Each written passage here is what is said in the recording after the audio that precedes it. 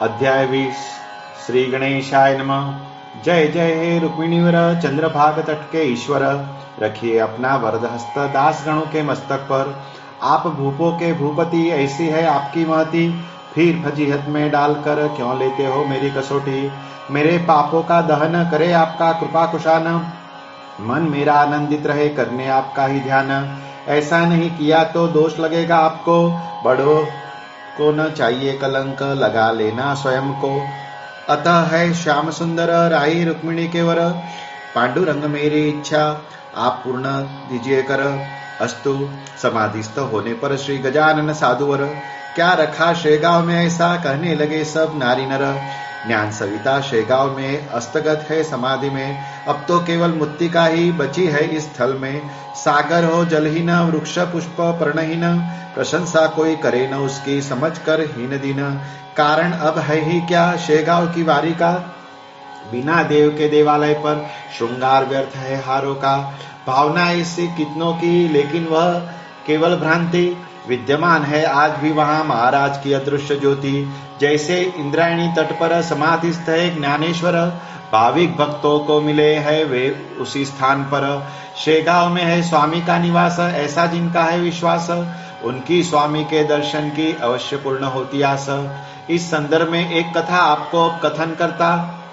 गणपत कोठाड़े नाम का अत्यंत भाविक भक्त था।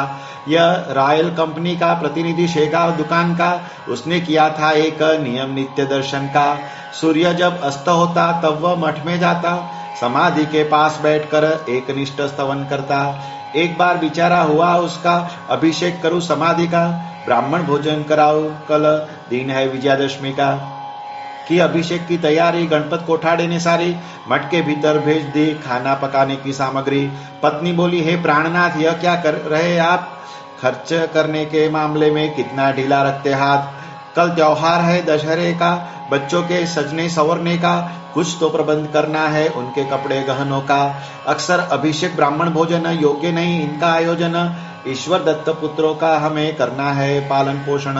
मैं पार्वती हूँ लंका की, रहती हूँ बिन गहनों की, गृहस्थ की यह रीत नहीं है, चिंता थोड़ी कीजिए धन की। पत्नी का यह भाषण सुनकर दिया गणपत राव ने उत्तर, परमार्थ है लगता मुझको गृहस्थी से सदा श्रेष्ठ तर। उसी दिन उसकी पत्नी को स्वप्न आया यह रात्रि को, जो करता है करने दे, नहीं करना त्रस्त पति को।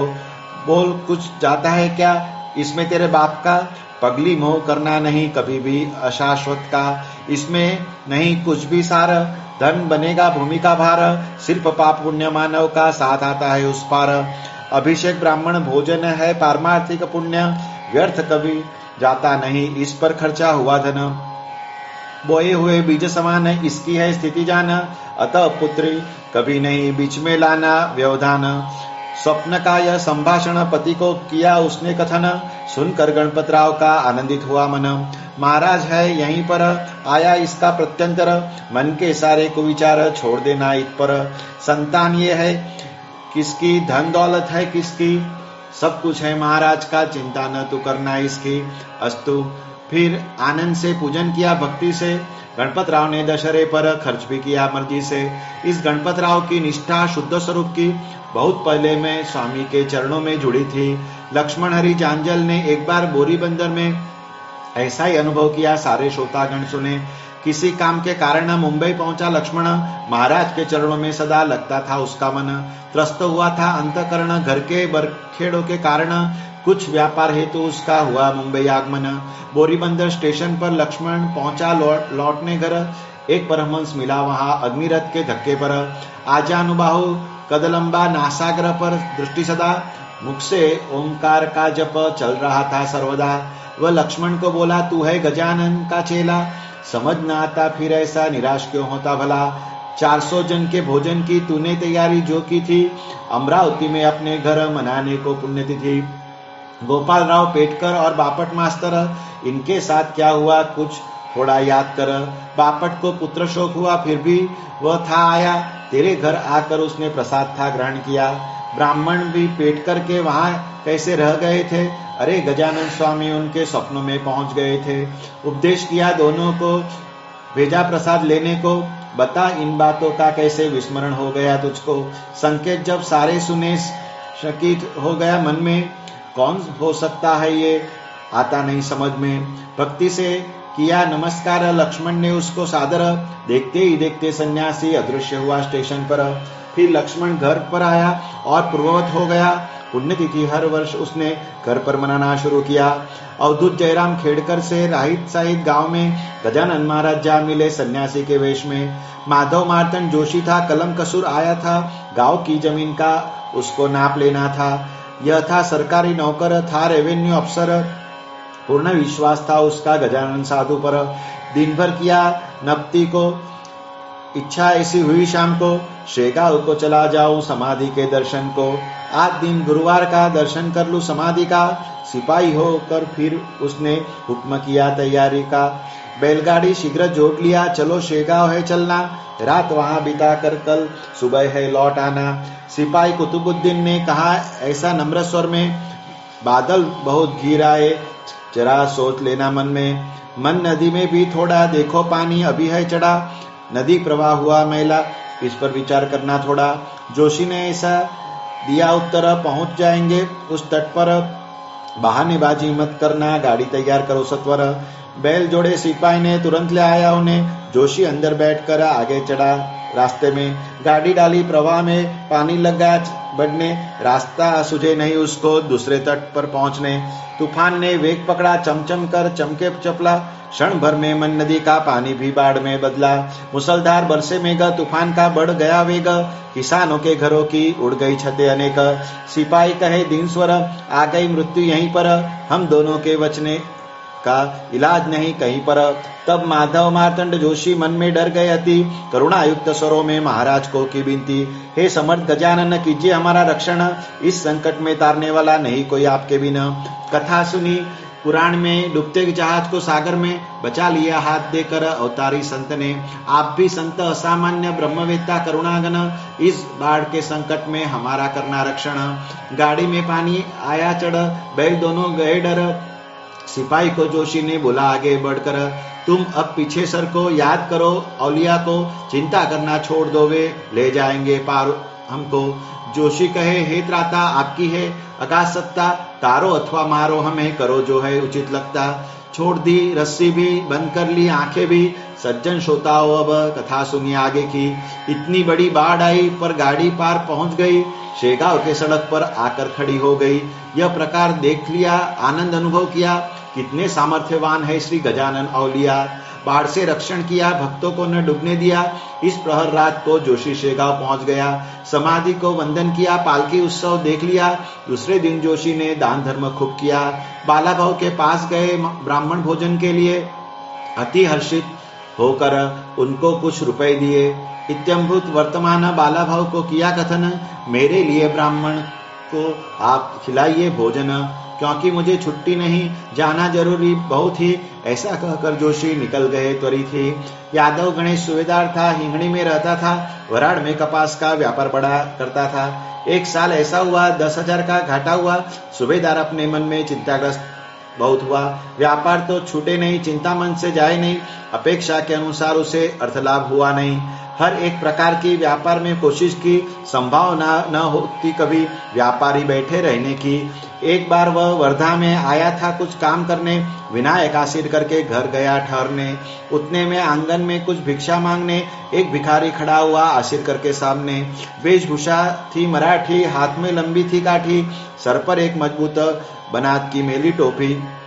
कंप वायु से हर क्षण कांप रहा था उसका तन, उसे देख परम क्रोधित हुआ आशीरकर का मन। जाओ भागो पिछवाड़े, भिक्षा लेने रहो खड़े, खबरदार जो बरामदे की एक भी सीढ़ी चढ़े। आशीरकर ने जो कहा उसने अनसुया किया, चढ़ा गया बरामदे में, यादव सन्निध बैठ गया। भिक्षा पात्र किया आगे यादव सूबेदार के, भिखारी पीछे ही पड़ा, कुछ तो भिक्षा देना मुझे।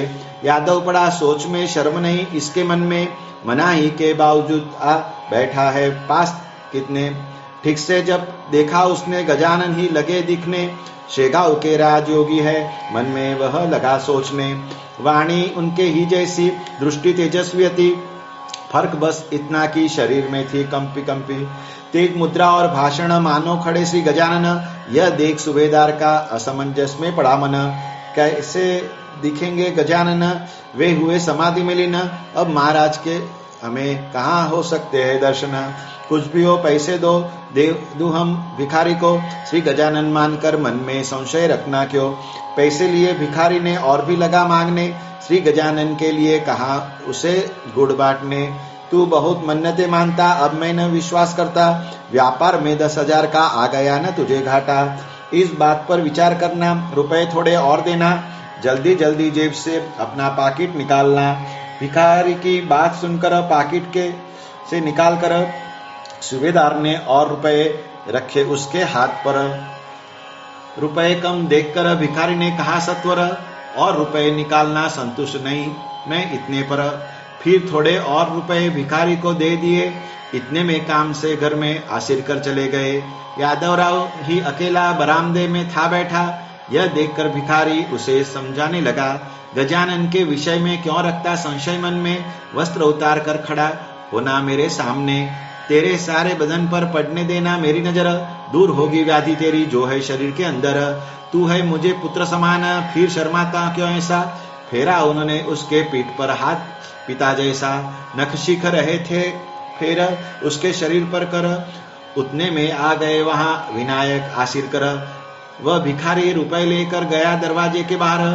तलाश करने लगा मैं यादव, घुमा इधर उधर, लेकिन पता लगा नहीं। उसने निश्चय किया वही, और कोई नहीं, केवल गजानन आए थे यहीं। उसके मन में विचार थे, अगर ये महाराज थे तो अवश्य लाभ होगा व्यापार में आज के। तब यादव सूबेदार की गाड़ियां आई कपास की, बेचने के हेतु से मंडी में उस दिन वर्धा की। कीमत बहुत अधिक लगी बिक्री में कपास की। तब ठिकाना नहीं रहा खुशी का यादवराव की। पक्का विश्वास हुआ मन में उस भिखारी के रूप में। आज मुझे दर्शन दिए श्री गजानन महाराज ने। समर्थ अपने भक्तों का रक्षण करते सर्वथा। बस अपने मन में चाहिए उनके प्रति दृढ़ निश्चय। भाऊ राजाराम कंवर खामगांव का था डॉक्टर। उसे जाना था तेलारा। तबादला होने पर तेलारा के उद्देश्य से निकला खामगांव से। सपरिवार शेगांव आया दर्शन के विचार से। गाड़ी तय की तेलारे की तैयारी निकलने की। उस समय हुई थी बेला सूर्य के अस्त होने की। मठ प्रमुख बाला भाऊ ने कहा ऐसी विनती स्वर में, प्रसाद ग्रहण करना फिर जाना यहाँ से आपने। आज तक आप कभी उपोषित गए नहीं, फिर ऐसा विपरीत क्यों सोच रहे हो आज ही। ऊपर से है व्यतिपात, यह तो है विशेष बात। कंवर ने कहा जरूरी है जाना मुझे रातों रात। प्रथम रात्रि में प्रसाद लेकर मध्य रात्रि जाना है निकल। मुझे आग्रह करने के प्रयत्न न होगे सफल। जैसा कहा वैसा किया। तेलारे को निकल गया। बाल बच्चों समेत अपने गाड़ी में डॉक्टर बैठ गया। बहुत अंधेरी थी निशा, भयंकर हर दिशा। मानव पति के शोक में रात की हुई दुर्दशा। उतने में हुआ ऐसे वे तेलारे का रास्ता चुके। कहीं पर न दिखे कोई पता भी अब किससे पूछे। संकरी जगह का पहुंचे। दोनों तरफ में थे कांटे। एक तालाब के किनारे गाड़ी समेत वे जा अटके। गाड़ी वाला बोला तब रास्ता भूल गए हम अब। आश्चर्य हुआ कंवर को सुना यह उसने जब। नीचे उतर कर देखा विचित्र ही दृश्य दिखा। गाड़ी वाले को भाषण सुनाया फिर बहुत दिखा। निवास तेरा तेलारे में, अतः गाड़ी तय की हमने। हमें गलत रास्ते पर लाकर कैसे छोड़ा तूने। तू था क्या दारू पिया, तभी रास्ता भूल गया।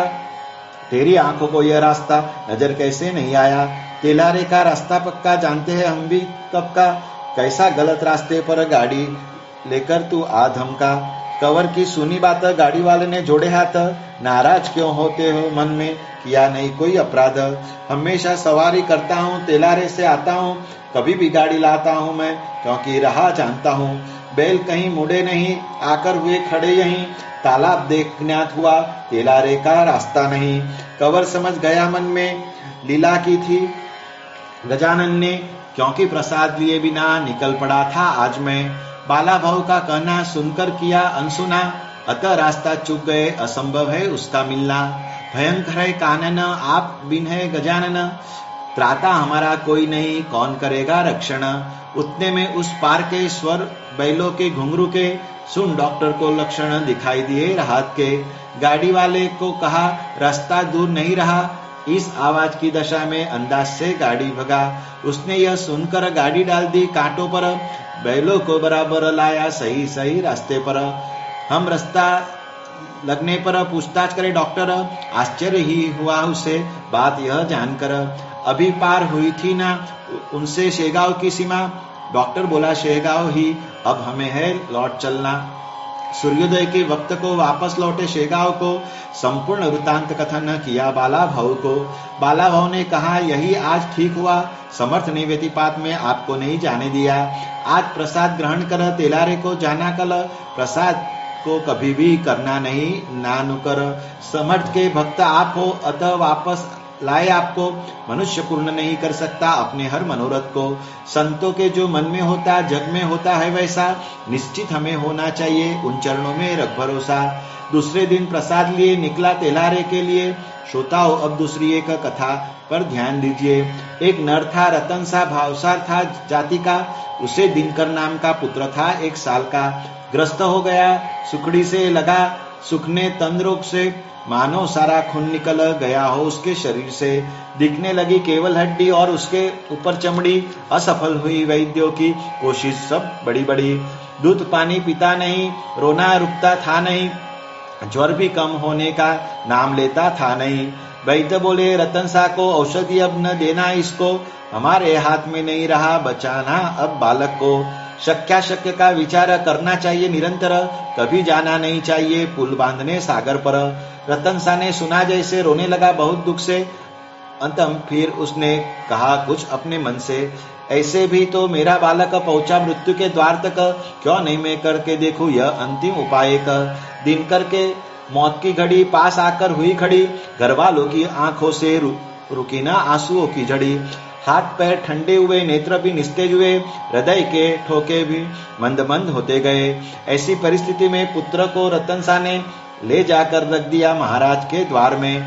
और ऐसी प्रार्थना की, जान अगर बची इसकी, प्रसाद मिश्री तब मैं बांटूंगा 5 रुपयों की। सबको प्रसन्न होते आप, मुझे अनुभव देना आज। मैं भी हूँ आप ही का, मुझे नहीं करना नाराज। मेरे बेटे के प्राण अगर गए आपके द्वार पर, आपकी ही बदनामी होगी पूरे वराड़ भर। अमृत सम आपके चरण, ऐसा कहते हैं सारे जन। मेरे बालक पर कृपा कीजिए श्री गजानन। बालक अगर उठा नहीं, सर फोड़ लूंगा यहीं। आपके चरणों पर महाराज मैंने किया प्रण यही। अमृत तुल्य आपकी दृष्टि, आज उसकी करना वृष्टि। हे महापुरुष, दुखी करना नहीं मेरी सृष्टि। थोड़ा समय बीत गया, चमत्कार एक हो गया। बालक अपने हाथ और पांव हिलाने लग गया। धड़कन का ठीक होना और बालक का रोना देख कर लोगों का हर्ष गगन में समाये ना। समर्थ कृपा होने पर किस बात का है डर। सूर्य उगने पर तुमको स्थान नहीं कहीं पर। दिनकर थोड़े दिनों में ही हुआ पहले जैसे ही। मन्नत में श्रद्धा हो तो फल तो मिलता ही। दादा कोलटकर का पुत्र राजा नाम का, अनमोल संत कृपा से प्रसाद है समर्थ का। कन्या रामचंद्र पाटिल की चंद्रभागा नाम की, लाड़ेगांव ससुराल जिसका थी 18 साल की। यह भी जब गर्भवती प्रसंग आया दुर्धरती, प्रसूति में कसौटी का सामना करती स्त्री जाति। चंद्रभागा को लाए थे लाड़ेगांव में मायके, प्रसूति के लिए अनुसार रीति रिवाज के। कठिनाई से प्रसूति हो गई थी उसकी, लेकिन बाद में उसके पीछे पड़ गई पीड़ा ज्वर की। उसको था नवज्वर, थक गए सारे डॉक्टर। पाटिल ने इलाज में रखी ना कोई भी कसर। दवा का थोड़ा असर हुआ, ज्वर थोड़ा कम हुआ, लेकिन पूरी तरह से वह नष्ट नहीं हुआ। चंद्रभागा को बुखार आने लगा बार बार। उसे अकोला ले गए करने के लिए उपचार। वैद्य अलग अलग तर्क करते, कोई संग्रहणी बोलते, कोई उसे क्षय रोग है ऐसा भी निदान करते। मेल नहीं था एक दूसरे से नानाविध तर्कों में ऐसे। पाटिल ने सोचा गजानन ही वैद्य है बस इसके अब से। वे तारे या मारे इसे रक्षा लगाओ नियम से। तीर्थ भी पिलाएंगे लाकर उनके चरणों से। पाटिल निष्ठावान था, महाराज पर विश्वास था। फलतः धीरे धीरे उसका दिखने लगा असर था। उठ न सकती थी बिस्तर में, पैदल पहुंची दर्शन करने महाराज के मठ तक। इतनी शक्ति उस भस्म में, जिसका मन निष्ठावंत, प्रसन्न उस पर भगवंत। उपास्य पद में भाव रखना उपासक ने निशंक। रामचंद्र की थी अंगना जानकाबाई सुलक्षणा। कौन यहाँ मुक्त हुआ दैव योग भोगे बिना। छोड़े नहीं रोग वात का पीछा जान का बाई का, कई उपाय मिले नहीं उसके पेट दर्द का। वात औषधि से दबता पुनः पूर्वत उठता, नित्य नियम में ऐसा क्रम जारी ही रहता। उस वात का असर दिखने लगा मस्तक पर, उसके दिमाग ने तो सोचना दिया बंद कर। पागल जैसी करती थी निरर्थक बोलती थी, खाना ही खाती थी कभी भूखी सोती थी। कोई बोले भूत बाधा, कोई बोले रोग होगा, तो कोई ऐसा बोले यह जादू टोना होगा। क्योंकि जो जमींदार होते उनके कई दुश्मन होते, कमजोर दुश्मन टोने और टोटके से वार करते। दवा से इलाज किए जानकर भी बुलवाए, जानका बाई के हाथ में तावीज भी बंधवाए। पाटिल था धनवान बड़ा, उस पर संकट आन पड़ा, अतः दाम्भिकों का वहां मानो हजम हुआ खड़ा। संचार का ढोंग करे, पागलपन का निदान करे, लालच से कोई भी पाटिल को कुछ भी कहे। बेचारे ने सब कुछ किया, पत्नी को नहीं गुण आया, अतः में उनने फिर ऐसा मन में विचार पक्का किया। वैद्य श्री गजानन, जानकार भी गजानन, जो उचित लगे करेंगे देव ऋषि अब गजानन। मेरी पत्नी बहू उनकी, यही भावना मेरे मन की, अब जरूरत नहीं हमें अन्य किसी इलाज की।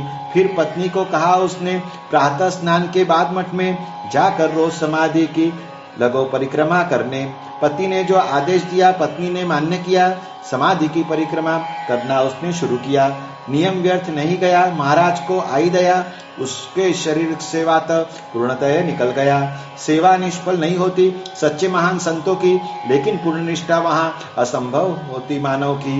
महाराज के बाद गद्दी के बाला भाऊ वारिस थे, कुछ थोड़े चमत्कार इनके भी वहां हुए थे।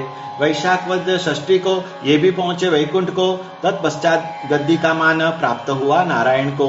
बाला भाऊ जब गए महाराज स्वप्न में आए, नांदुर में नारायण के श्रोताओं अब वह सुनिए। हे माली नारायण, शेगांव को करना गमन, भाविकों का रक्षण करने सोचता है मेरा मन। ऐसा स्वप्न में कहकर महाराज गए निकल, तब से नारायण महाराज रहने लगे शेगांव आकर। कुछ दिनों तक इन्होंने अधिकार चलाया मठ में। चैत्र शुद्ध षष्ठी को लीन हुए समाधि में। पूर्व सुकृत के बिन कहीं संत सेवा होती नहीं, संत सेवा से मिलने वाले पुण्य की है गिनती नहीं। श्री गजानन लीला का अंत किसी ने नहीं देखा, जैसा किसी को लगा नहीं हिसाब गगन के तारों का। मैं तो हूँ अज्ञानी पामर, बुद्धि नहीं मुझ में कणभर, एक मुख से कैसे बयान कर सकता हूँ लीला सागर। कहलवाया जो जो उन्होंने वही वही कहा मैंने, लेखनी ने अक्षर तो लिखे पर वह सामर्थ्य नहीं उसमें। लेखनी होती हाथ में जिसके, अक्षर होते वश में उसके, लेखनी बस निमित्त मात्र होती कार्य में लेखन के। वही प्रकार हुआ यहाँ, मैंने लेखनी का काम किया, मुझसे गजानन महाराज ने यह सब है लिखवाया।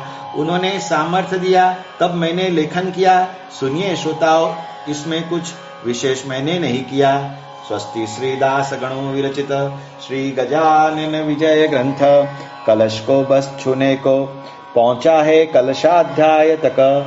शुभम भवतु श्री हरिहरार्पणमस्तु इति श्री गजानन विजय ग्रंथस्य विशोध्याय समाप्त। सद्गुरु श्री गजानन महाराज की जय।